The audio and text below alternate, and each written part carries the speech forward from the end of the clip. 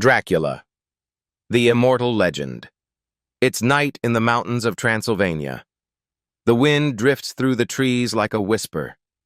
Far in the distance, an ancient castle rises against the silver moon. Locals say no one lives there anymore. But sometimes, a candle flickers in the window. Sometimes, there's a voice. A voice that sounds older than time itself. The voice of Dracula.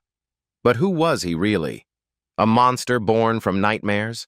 Or a man whose story was twisted by fear and legend? Tonight, we journey back in time to uncover the truth behind the world's most famous vampire, the immortal Count Dracula. Chapter 1. The Birth of a Warrior. The year was 1431. A child was born in the fortress of Sighisoara, in the land we now call Romania.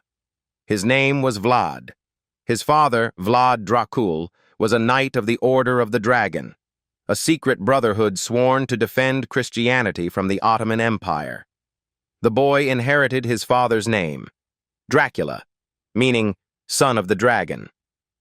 But destiny had other plans. Vlad's childhood wasn't peaceful. He was taken hostage by the Ottoman Empire, a political guarantee to keep his father loyal. There, young Vlad learned cruelty. He learned that mercy was weakness. He learned that the world only respected fear. And when he returned home, he didn't return as a child. He came back as a weapon. Chapter 2. The Impaler Prince. Vlad became the ruler of Wallachia, a land trapped between powerful enemies. He ruled with iron and fire. Those who opposed him were punished in ways too horrific to imagine.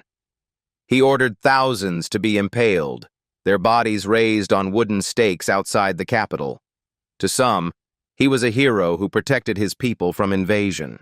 To others, he was a monster drenched in blood, and so they named him Vlad the Impaler.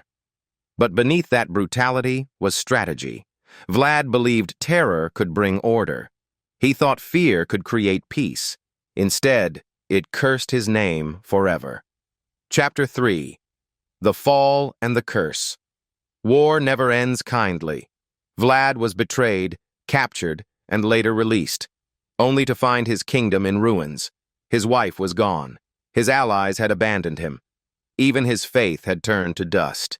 Standing on the edge of a cold river, Vlad looked to the heavens and cried out, "If heaven won't grant justice, then I'll serve darkness instead."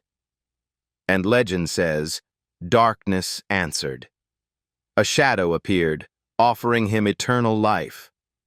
Vlad accepted, blind to the cost. That night, the skies split open with lightning.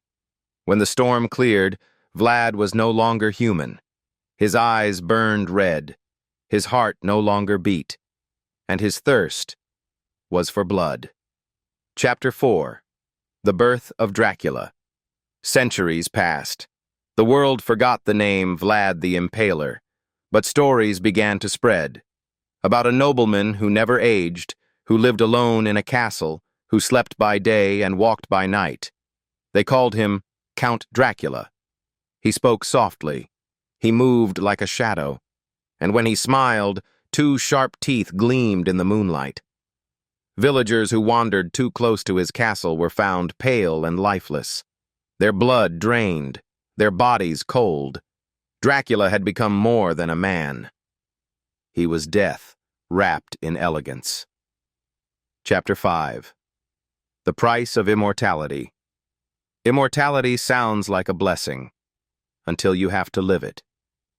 Dracula could never walk in sunlight. He could never love again, because his touch brought death. He watched centuries rise and fall. Empires crumbled, kings turned to dust, and still he remained. He had become a god among men, and yet the loneliest creature on earth. There were nights when he stood at the edge of dawn, hoping the sun would burn him away. But death never came.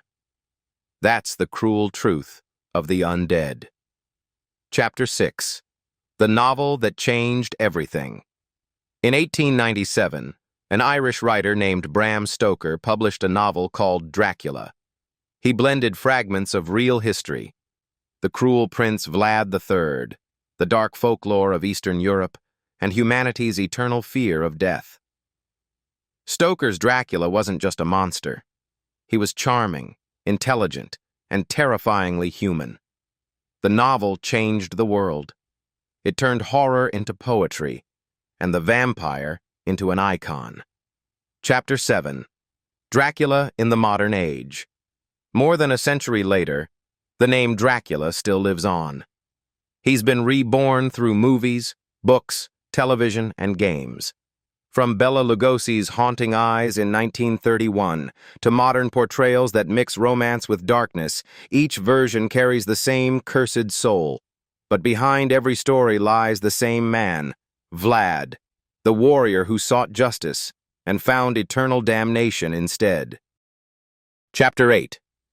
The Darkness. Within every legend hides a message, and Dracula's message is one of warning. He wanted power, and gained it. He wanted to defeat death, and did. But in doing so, he lost everything that made him human. He became a mirror of our deepest desires and our darkest fears. Maybe that's why his story still matters. Because deep down, each of us carries a shadow. A part of us that whispers, "If you could live forever, would you still be good?" Chapter 9. The Return. Some say the real Dracula was buried long ago. Others believe his body was never found.